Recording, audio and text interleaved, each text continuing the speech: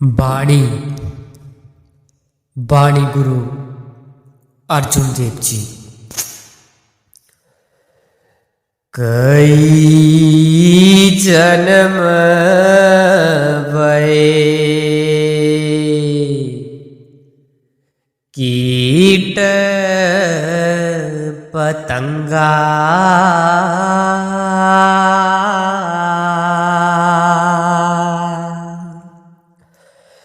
कई जन्म गजमीन कुरंगा,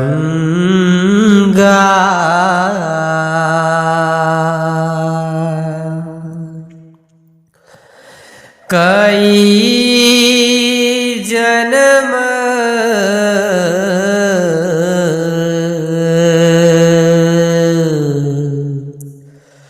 पंखी सर्प होयो,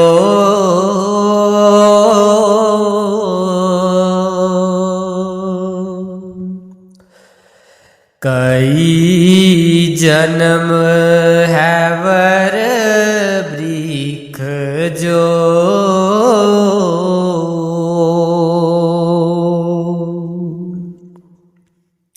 यह स्वामी गुरु अर्जुन साहिब जी की वाणी का शब्द है। आप जी बड़े ही प्यार के साथ हमें समझा रहे हैं। कहते कई जन्म पए कीट पतंगा, कई जन्म गजमीन कुरंगा, कई जन्म पंखी सर्प होई, कई जन्म हैवर वृक्ष। कहते जब से हमने जन्म लिया तब से हम मनुष्य रूप में ही जी रहे हैं। कुछ वर्ष इस रूप में बिता लेने के बाद इतना तो सबको पता चल जाता है कि कोई भी मनुष्य सदा जीवित नहीं रहता। पर पता नहीं हम में से कितनों ने कभी सोचा है कि इस रूप में जीवन आरंभ करने से पहले भी हम किसी रूप में जीवित थे। ईश्वर ध्यान ना देना हमारे हित में नहीं, क्योंकि इस तरह हम अपने मौजूदा जन्म की कीमत से अनजान रहेंगे। इसकी हम कदर नहीं कर पाएंगे जिसके हम अधिकारी हैं। अब गुरु अर्जुन देव जी आगे क्या फरमा रहे हैं तो आप जी हमें अगली कड़ी में बताएंगे जी। कई जन्म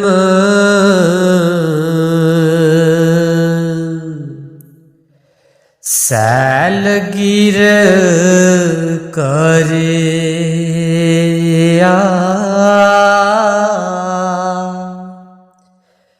कई जन्म गर्भ हीर खरे,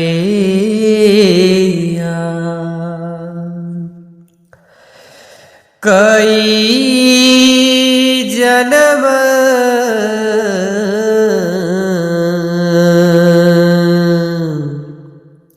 साख कर उपाया,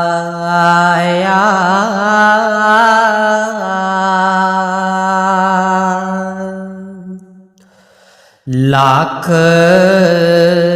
84 जोन ब्रह्माया।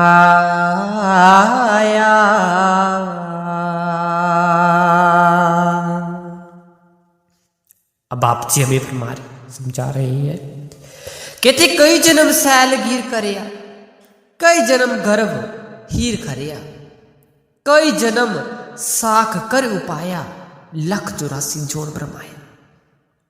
अर्थात हमने ना जाने कितने ही युग बेबस पत्थर के रूप में बिताए। कभी ऐसा भी हुआ कि मां के पेट में पड़े पर संसार में आंख खोलने तक की नौबत न आई। मां का कच्चा गर्भ ही गिर गया।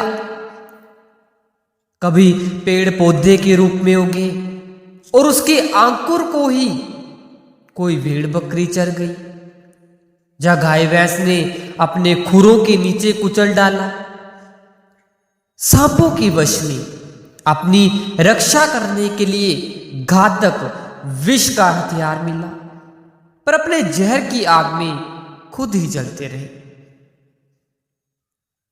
कीड़े पतंगे बनकर उड़ान भरने लगे तो वे आयु ने साथ छोड़ दिया, गिनती के दिनों में ही खत्म हो गए।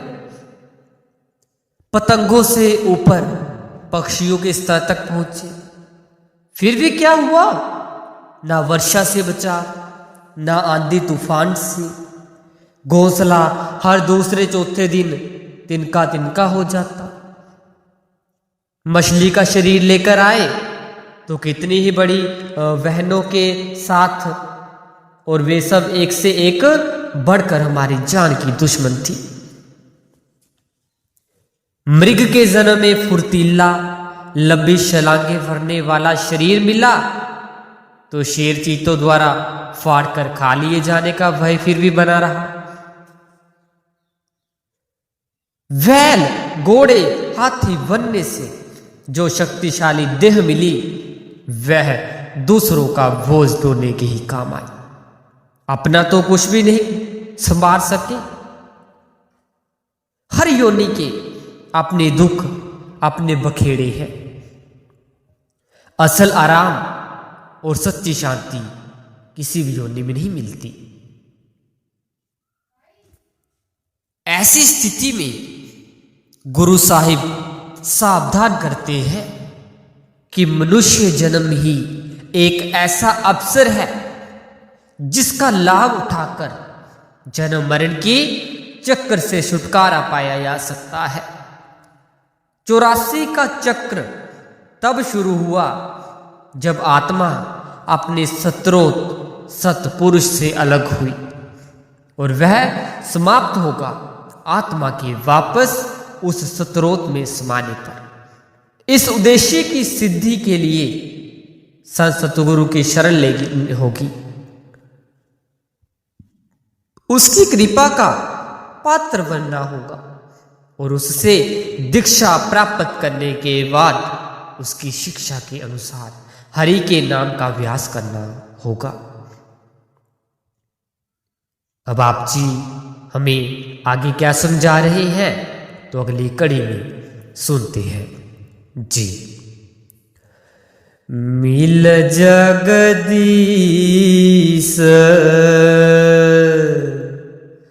मिलन की वरिया,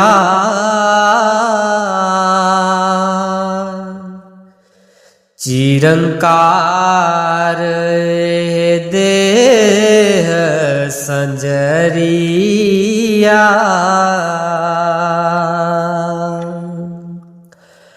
साध संग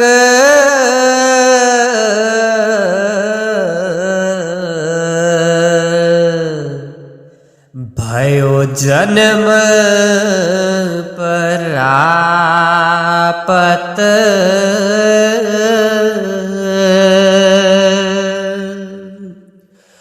कर सेवा वज हर हर गुर मत। अब आप जी समझा रहे हैं, कहते मिल जगदीश मिलन की वरिया, चिरंकार एह देश जरिया, साध संग भयो जन्म प्राप्त, कर सेवा वज हर हर गुरुमत।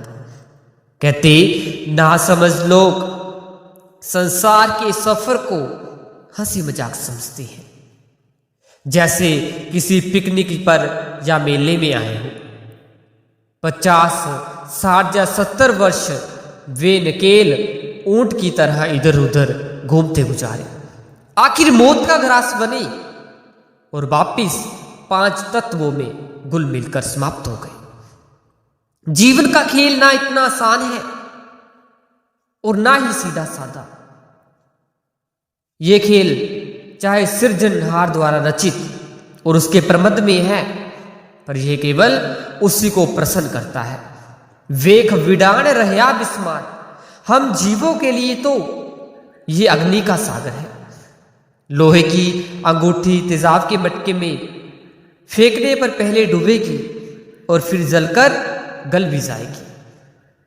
वास्तव में मर जाने से हमारे जीवन का अंत नहीं हो जाता, वह तो निरंतर जारी रहता है।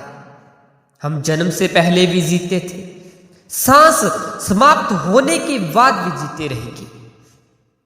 यहां आने से पहले कहां थे, वर्तमान यात्रा समाप्त करके कहां जाना है, यह वेद हमें नहीं बताया जाता। पर आवागमन किसी को डराने के लिए रचा गया ढकोसला नहीं, यह एक हकीकत है, निवोली जैसी कड़वी लेकिन साल के तने जैसी ठोस। प्रत्येक हरा पौधा जानदार चीज होता है, उसके अपने एहसास और सूझबूझ होते हैं, पर वह चल फिर नहीं सकता। उसकी छोटी बड़ी सैकड़ों जड़ें उसे ऐसा नहीं करने देती। उसी प्रकार मनुष्य गृहस्थी में बन जाता है। उसे ज्ञान होता है कि जिन माता पिता ने उसे जन्म दिया है, उसका पालन पोषण किया है, विवाह किया है, उसे अपनी पांवों पर खड़ा किया है, उनके प्रति उसके कुछ कर्तव्य हैं। जिन बहन भाइयों ने उसकी मां के पेट से जन्म लिया है, उनसे उसका खून का रिश्ता है। अगर उन्हें उसकी सहायता की आवश्यकता पड़े तो वह इनकार नहीं कर सकता। पत्नी उसकी जीवन साथी होती है और बच्चे पूरी तरह उस पर निर्भर। उनकी संभाल वह आप नहीं करेगा तो और कौन करेगा। इसी प्रकार की जिम्मेदारियां वह अन्य संबंधियों, मित्रों, सहधर्मियों, देशवासियों के लिए जो है वो एक उठा लेता है। इन सबसे अधिक उसे अपनी चिंता होती है, अपने शरीर और स्वास्थ्य, अपने रोजगार की उन्नति की, अपने नाम की कदर और बढ़ाई की। नतीजा यह है कि उसे कई प्रकार के सांसारिक झमेलों से क्षण भर की भी फुर्सत नहीं मिलती। वह पूर्ण रूप से इनका कैदी होकर रह जाता है। जिस सिरजनहार परमात्मा ने उसे पैदा किया, जिसने उसे घरबार जायदादें दी, परिवार और संबंधी बख्शे, उसका उसे सपने में भी ख्याल नहीं आता। आप जी फरमाते हैं, जोगर षड गवावना सो लग्गा मन माही, जिथे जाए तुद वर्तना तिसकी चिंता ना। कहते जब आत्मा संसार में भेजी जाती है, मन रास्ते में उसके साथ हो जाता है, दोनों इकट्ठे ही यहां पहुंचते हैं। हमारा मन परिवर्तन चाहता है, वह नवीनता का लोभी है। शायद इसलिए उसे मृत्यु मंडल में उलझाए रखने के लिए 84 लाख योनियों का प्रबंध किया गया है। इस प्रकार चाहते या ना चाहते हुए आत्मा भी मन के साथ आने जाने के कभी न समाप्त होने वाले चक्कर में भटकती रहती है, दुखी और बेइज्जत होती रहती है। किसी की पत्नी सुंदर, सुशील, गुणवती हो, पुत्र आज्ञा में रहे, कारोबार में नित्य उन्नति हो रही हो, मान प्रतिष्ठा भी चढ़ते सूर्य की तरह ऊपर की ओर जा रही हो, खुशामद करने आए जरूरतमंदों का तांता ना टूटे और खाने पहनने मौज मस्ती करने के लिए धन दौलत की कोई कमी ना हो, तो घमंड अपने आप आ जाता है और यह भ्रम भी होने लगता है कि यह अच्छा लग रहा, सब कुछ जाने वाला नहीं, ऐसा ही रहेगा।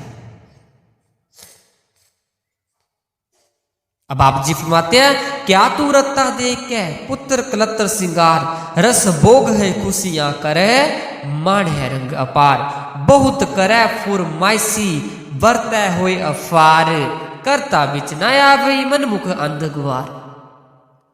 कहते खुशहाल इंसान को ताकत देने वाले खुराक की क्या कमी होती है?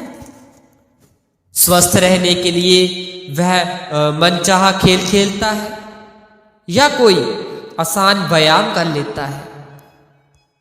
कभी शरीर अस्वस्थ हो जाए तो बढ़िया इलाज उसकी पहुंच से बाहर नहीं होता। इसलिए लंबी आयु की दृष्टि से बेफिक्र वह बीत रहे पलों से अधिक स्वाद और खुशियां प्राप्त करने का यत्न करता है। भविष्य का ख्याल पहले तो उसे आता ही नहीं, और आए भी तो सोच लेता है कि ऐसा भी क्या जल्दी है, जब भजन बंदगी की उम्र आएगी तब उधर ही ध्यान देंगे। कोई विरला ही ऐसी मूर्खता से बच पाता है। अब हमें गुरु नानक साहिब जी फरमाते हैं, प्राणी तू आया लाहा लैण, लगा कित को फकड़े सब मुक्ति चली रह। हमें कुलमाली की सच्ची दरगाह से सांसों की अमूल्य पूंजी इसलिए बख्शी गई थी कि हम इसका सदुपयोग करते हुए नाम की कमाई करें और उससे माला माल होकर खुशी से कुलमाली के पास लौटे। इसके विपरीत हमने जीव बहलाने के लिए संसार के कपटपूर्ण जुए खाने के वे खेल चुने हैं जिनमें हारना निश्चित है, और आज उस पूंजी का बचा खुचा हिस्सा भी हमारे साथ से छूटता जा रहा है। धन से बहुत से सुख और आराम खरीदे जा सकते हैं। मनुष्य कोशिश करता है कि लखपति बन जाए, 1 लाख जमा हो जाए तो 10 लाख हो जाए। लक्ष्य आगे रखकर अपनी सरगर्मियां और तेज कर देता है, पर सब्र उसे 10 लाख का मालिक बनने पर भी नहीं आता। उल्टे करोड़ की भूख जाग उठती है और करोड़ इकट्ठा हो जाने पर अरब की हाथ आ गई दौलत को बचाना। अमिट तृष्णा को पूरा करने के लिए संघर्ष करना, बस यही एक धंधा उसके करने के लिए रह जाता है। किसी दूसरे और अतिरिक्त मन मुड़ता ही नहीं। ऐसी स्थिति में महापुरुष कहने के लिए मजबूर हो जाते हैं, कहते मेरी मेरी क्या करी, जिन दिया सो प्रभ लोड़, सर पर उठी चलना षड जिसी लाख करोड़। अर्थात भले आदमी दुनियावी दौलत की रट लगाना छोड़ और उस परमात्मा को याद कर जिसकी दया से ये तुझे मिली है। इसे पाकर फूलना बेवकूफी है, क्योंकि अंत में इसे दूसरों के प्रयोग के लिए यही पड़ी रह जाना है। किसी भी हालत में ये तेरा साथ नहीं देगी। अनेक जोनियों में भटकने के बाद मिला मनुष्य जन्म अमूल्य है, क्योंकि केवल इसी जन्म में मालिक से मिलने का प्रयत्न किया जा सकता है। क्या पता मौत का बिगुल किस पल बच जाए। इसलिए अब और सब कुछ छोड़ सृजनहार प्रभु की आराधना में जुट जाना चाहिए। आप जी कहते हैं 1,84 भ्रमतियां दुर्लभ जन्म पाए हुए, नानक नाम संभाल तू 100 दिन नेड़ा होगी। कहते सृजनहार उस प्रभु ने हमारी सृष्टि में अनेक प्रकार के जीव पैदा किए हैं। हाथियों, गैंडों जैसे बड़े ढील दौड़ने वाले, चीतों, मृगों, फुर्तीले, हंस, मुर्गावियों जैसे साफ सुथरे, गिद्धों, गधों जैसे गंधे, गलीस, आयु में अंतर, खुराक में, रंग में, नस्ल में, स्वभाव में अपने अपने दोष, अपने अपने गुण, पर एक बड़ाई अकेले मनुष्य में है। वह गुरु की मार्गदर्शन में साधना करके 84 के चक्कर से सदा के लिए छुटकारा पा सकता है। ये अवसर खो जाए तो फिर जन्म मरण का शाप कभी समाप्त नहीं होता। आप जी कहते 1,84 जोन सवाई, मानस को प्रबुद्धि बढ़े आई। इस पौड़ी ते जो नर चूकै सो आए जाए दुख पाए। माता पिता बच्चों को जन्म देते हैं। इस खून के रिश्ते से अधिक गहरा कौन सा रिश्ता हो सकता है? पति पत्नी का नाता जुड़ता है तो वे बाबू होकर जन्म जन्मांतरों तक साथ निभाने की कस्में खा लेते हैं। जिगरी दोस्त अवस्था पड़ने पर एक दूसरे के लिए जान तक न्योछावर करने का वचन निभाते हैं। एक व्यक्ति जमीन खरीदता है तो उसे यकीन होता है कि यह स्थायी चीज है, मिट्टी होते हुए भी बिखर नहीं जाएगी। दूसरा लोहा पत्थर सीमेंट से मकान बनाकर उसकी मजबूती के बारे में निश्चित हो जाता है। यह ख्याल किसी को भी नहीं आता कि जो कुछ भी दिखाई देता है वह नाशवान है, कूड़ है। अगर स्थायी है तो एक प्रभु ही है। फिर सबका मोह प्यार छोड़कर उस अविनाशी में ही लीन होकर स्वयं अविनाशी होने का प्रयत्न क्यों न किया जाए। अब आप जी फरमाते हैं, सूरत देखना भूल गवारा, मिथन मोहारा झूठ पसारा, जगत में कोई रह न पाए, निचल एक नारायण। कहते संसार में फैलाया गया माया का जाल ऐसा कारगर है, इतना मनमोहक है कि उसमें फंसे जीव आप ही उससे मुक्त होना नहीं चाहते। बेसमय विषयों का रस लेने में मगन रहते हैं, चाहे उन्हें इसकी कीमत असह दुख सहकर चुकानी पड़े। अब आप जी समझाते हैं कि नाम का सिमरन करने के लिए किसी विशेष शुभ घड़ी की प्रतीक्षा करने की आवश्यकता नहीं। जो भी घड़ी आधी घड़ी उस मालिक की याद के लेखे में लग जाए वही शुभ है। शुक्ल पक्ष में हो या कृष्ण पक्ष, दिन हो या रात, इससे कोई अंतर नहीं पड़ता। सिमरन के लिए सब महीने तिथियां दिन पहर उत्तम है। आप जी फरमाते हैं, सा वेला सो मूर्त सा घड़ी सो मुहूर्त सफल है मेरी जिंदड़िए, जित हार मेरा जित आवेरा। अब आप जी कहते हैं, दुर्लभ देह पाई वड भागी, नाम न जपैते आत्म खाती। कहते किसी लंबे चौड़े लेखे में ना पड़ते हुए सोचने की बात यह है कि जो भोजन खा पी कर हम प्रसन्न होते हैं, स्वस्थ रहते हैं, जो वस्त्र हमारे शरीर की शोभा बनाते हैं, मौसम के प्रहार से हमारी रक्षा करते हैं, और अन्य सुख सुविधाएं जो हम दिन रात भोगते हैं, वह सब कुछ परमेश्वर का ही दिया हुआ है। यही जानते हुए उस परमात्मा को भुलाए रखना कहाँ तक उचित है। अब बाप जी लास्ट कड़ी में समझा रहे हैं, जिसका दिया पैने खाए, तिस्यो आलस क्यों बने माए।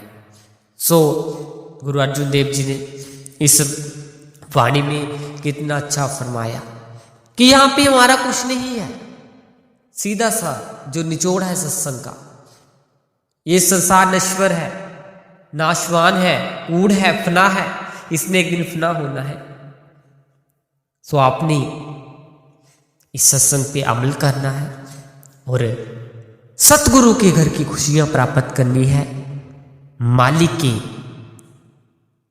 हुक्म में रहना है, रजा में रहना है, उसके साथ इतना प्यार करना है, इतना प्यार करना है कि वो परमात्मा हमें अंत समय खुद लेने आए, अपने कार में अगली सीट पे हमें बिठा दे। सो आइए, हमें भी चाहिए कि हम भी सतगुरु का सिमरन करें, सतगुरु का भजन करें और अपने असली निजधाम घर सचखंड पहुंचे। जी राधा स्वामी जी।